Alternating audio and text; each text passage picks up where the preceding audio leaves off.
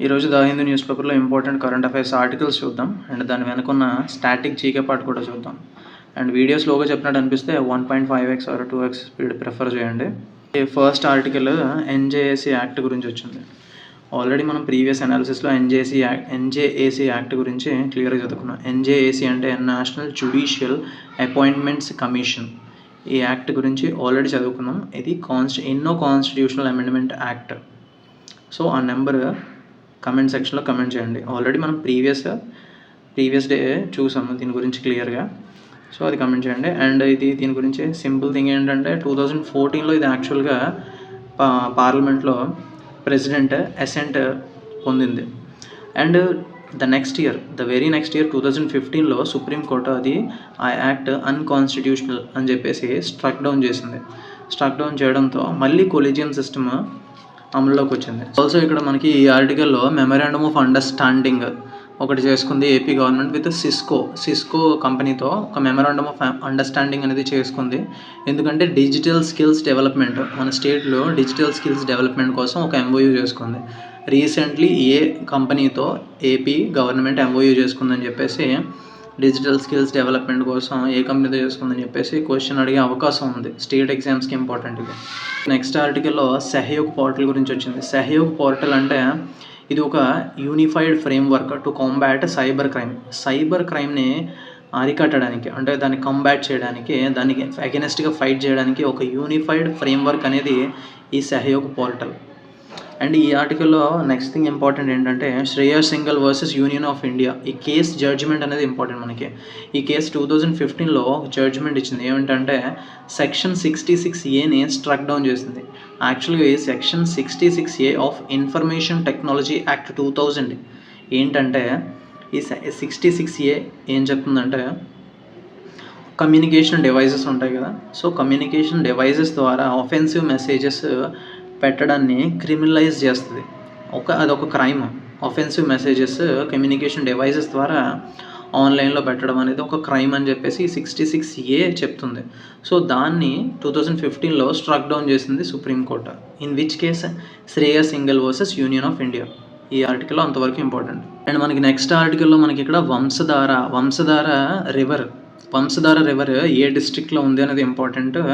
So Vamsadhara river Srikakulam డిస్ట్రిక్ట్లో ఉంది.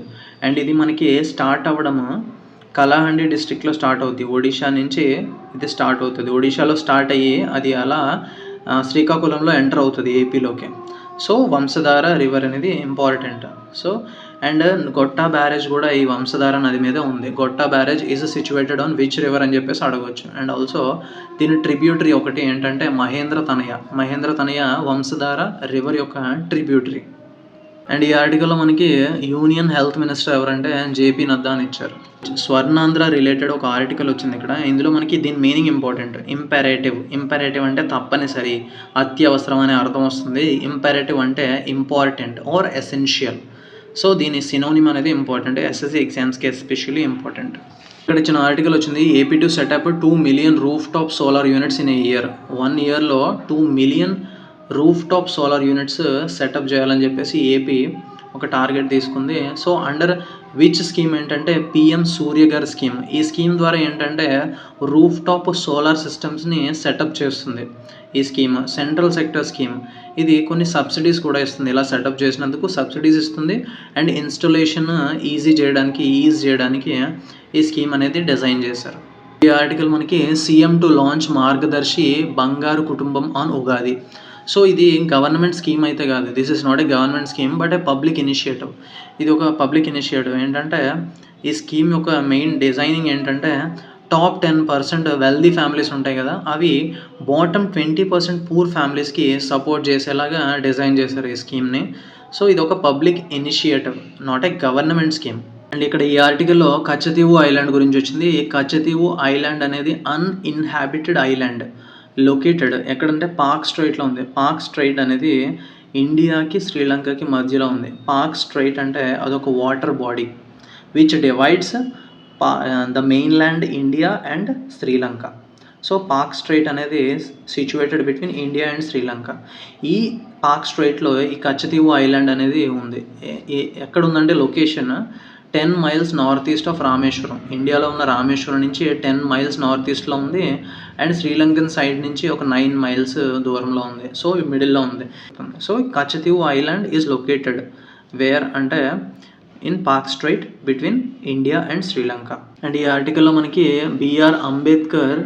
Doctor B R Ambedkar Potti Sriramulu open universities to be established in AP. ఇది just for a fact of information important ఇది. Already మనం స్టార్టింగ్లో చదువుకున్నాం కదా సహయోగ్ పోర్టల్ ఎవరు డెవలప్ చేస్తారంటే union ministry of home affairs. ఇది ఎందుకంటే to automate the process of sending notices to intermediaries such as online platforms to take down unlawful content. So unlawful కంటెంట్ని తీసేయమని చెప్పడానికి ఆన్లైన్ ప్లాట్ఫామ్స్కి నోటీసెస్ సెండ్ చేయడానికి ఈ సహయోగ్ పోర్టల్ అనేది union ministry of home affairs develop చేసింది. And ఇక్కడ ఈ ఆర్టికల్లో మనకి 10th షెడ్యూల్ గురించి వచ్చింది. 10th షెడ్యూల్ అంటే ఇది కాన్స్టిట్యూషన్లో యాంటీ డిఫెక్షన్ లా అని కూడా అంటాం. 10th షెడ్యూల్ అంటే యాంటీ డిఫెక్షన్ లా. అంటే ఇది 10th షెడ్యూల్ 1985లో 52nd అమెండ్మెంట్ యాక్ట్ ద్వారా ఎనాక్ట్ చేశారు.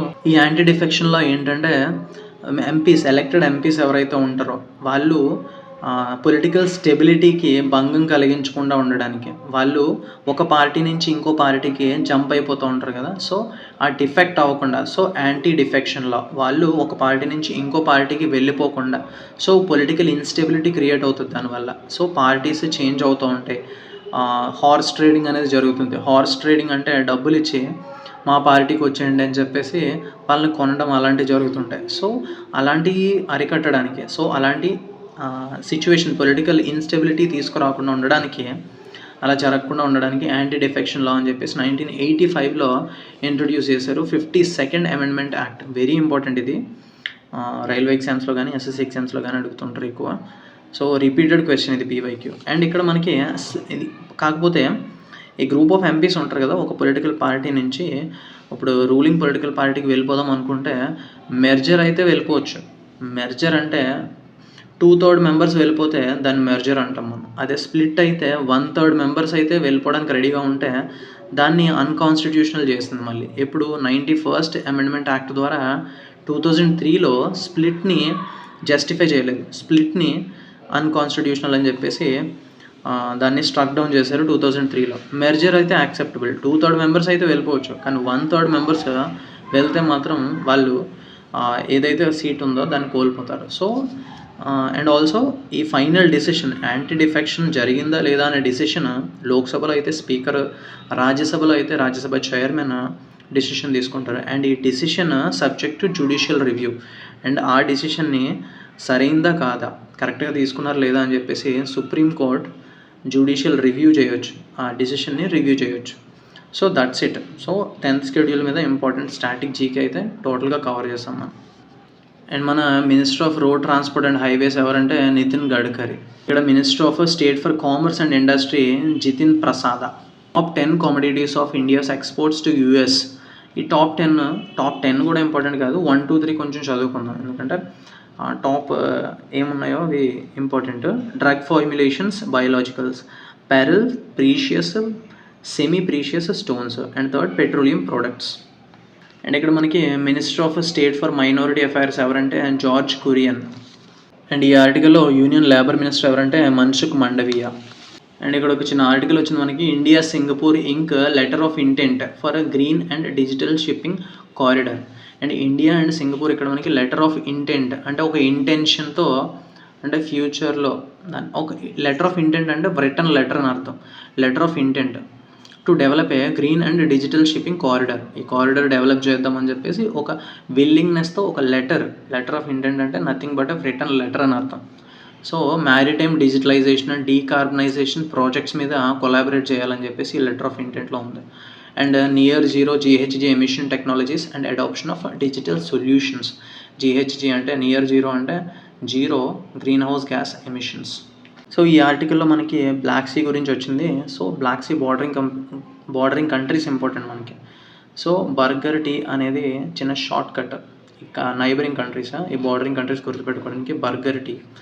సో ఇక్కడ మనకి మ్యాప్ ఓపెన్ చేసి ఒకసారి చూడండి, క్లియర్గా మీకు గుర్తుంటుంది బర్గర్ టీ.